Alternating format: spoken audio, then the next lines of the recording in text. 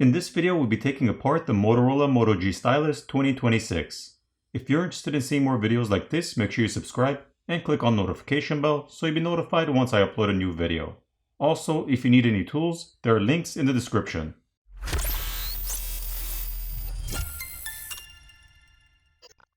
We'll begin by removing the SIM tray.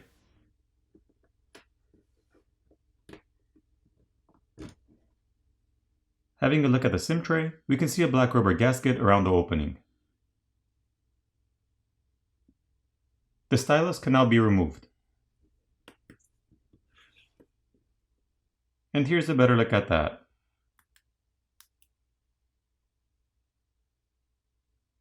At this point, heat needs to be applied to the back plate using either a hairdryer or a heat gun to loosen up the adhesive underneath, and then a pry tool can be used to pry the back plate off.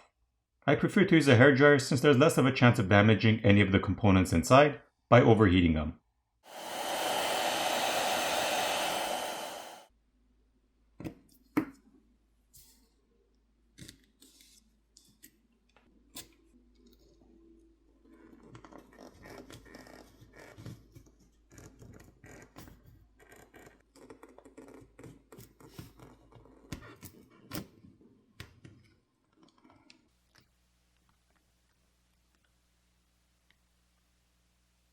Here's a look at the vegan leather backplate.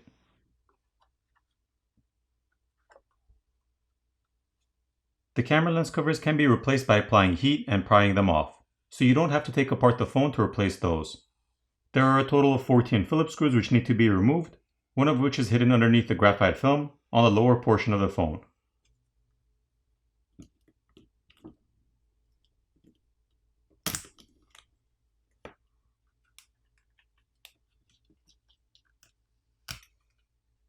Looking at the plastic motherboard cover, we can see the LED flash located here, the 3-in-1 sensor, as well as the NFC antenna. There are also additional antenna lines drawn on this plastic cover, which are the light gray color lines. The wireless charging coil is located here in the center, and there's graphite film to help transfer heat. Taking a look at the other side, we can see that the graphite film extends underneath the plastic cover, and we see the board for the LED flash and 3-in-1 sensor.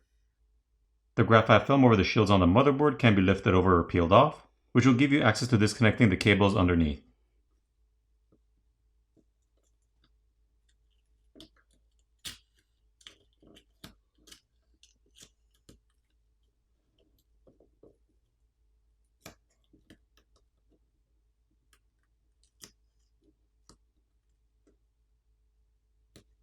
The battery cables can now be disconnected, followed by the rest of the cables.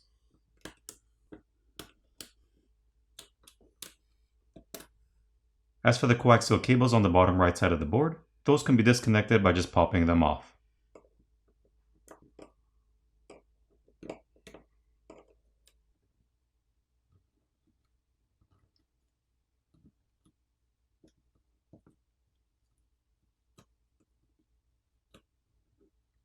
There's a single Phillips screw holding down the main board.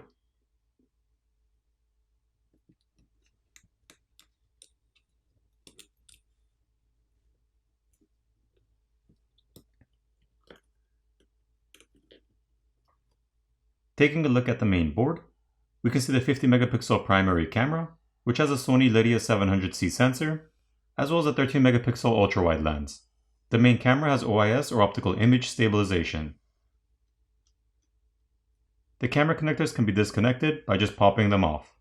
There's a secondary microphone on the top corner, a liquid damage indicator sticker which is that white sticker, as well as copper tape over the shields to help transfer heat. Having a look at the other side, we see the 32 megapixel front facing camera, and copper tape and graphite film, as well as thermal paste on the back shields to help transfer heat. Once the copper tape has been peeled back, we can see the SIM and micro SD reader, as well as thermal paste over the processor and a thermal pad over the RAM to help transfer heat. Here's a better look with the thermal paste and thermal pad removed. Now when it comes to removing the battery, there is no pull pouch or pull tabs provided to help you pry it off. So you will need to use some isopropyl alcohol and apply it to the sides of the battery and let it sit for about 30 seconds to a minute so it eats away at the adhesive underneath, making it easier to pry it off.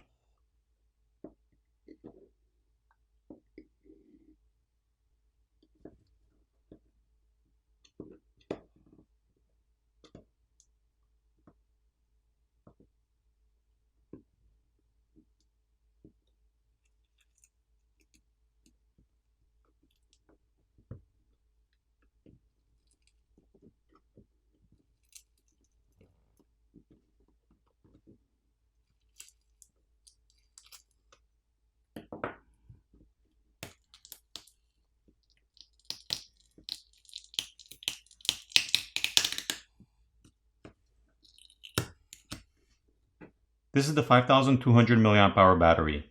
Keep in mind, batteries have a rated and a typical capacity. However, this battery only has a rated capacity of 5100 mAh labeled on it.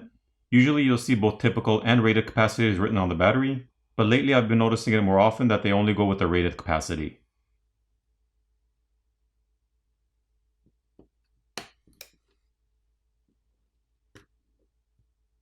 This is the bottom speaker assembly.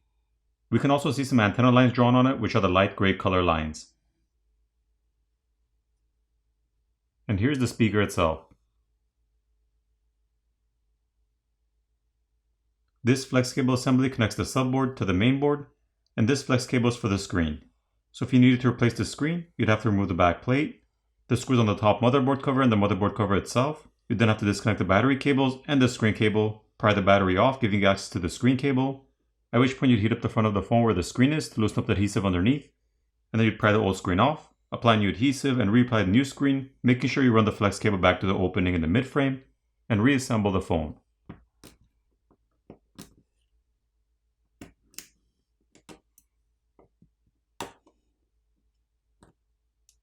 There's a single Phillips screw holding down the subboard.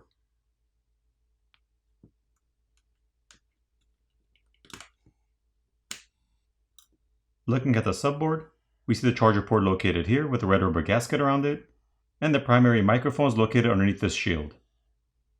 Here's a look at the other side. The vibrator motor is located on the bottom corner, which is held down with some adhesive. In order to replace that, just apply some heat and gently pry it off. And next to that is the headphone jack, of which the flex cable for the headphone jack is also held down with some adhesive. And the fingerprint scanner is located here. To replace the fingerprint scanner, just peel it off from the frame.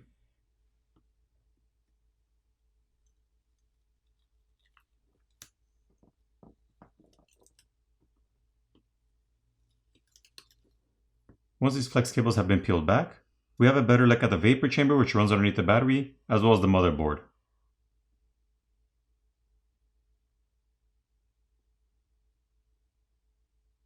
The flex cable over here with the two gold contacts is for charging the stylus.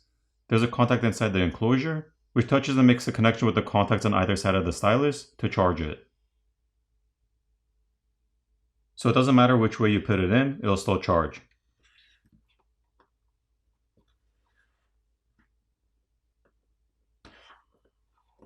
This transparent plastic cover for the enclosure is held down with some adhesive, so if in any case the stylus was stuck or you need to make access inside that enclosure, you can just heat it up and pry it off. Now this flex cable over here is for the volume keys and power button, and it is routed through an opening in the mid frame, which is something I don't like about most Motorola phones, since with this type of a design, if you ever had to replace that flex cable, you would also have to pry off the screen on the front, which poses a high chance of damaging a working screen. The proximity and ambient light sensor board is located here, which is held down with some adhesive, and the same goes for the earpiece speaker located on top. Now on this phone, if you were to accidentally insert a SIM ejector tool in the wrong hole, you don't need to worry since both the filters and the microphones are seated above the holes, so they wouldn't get damaged.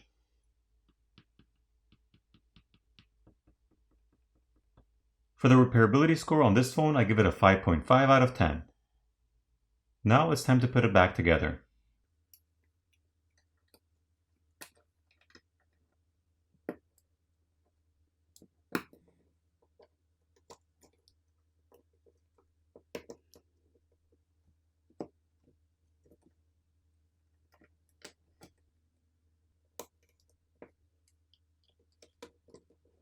Once everything's back in place, apply new adhesive and reapply the back cover.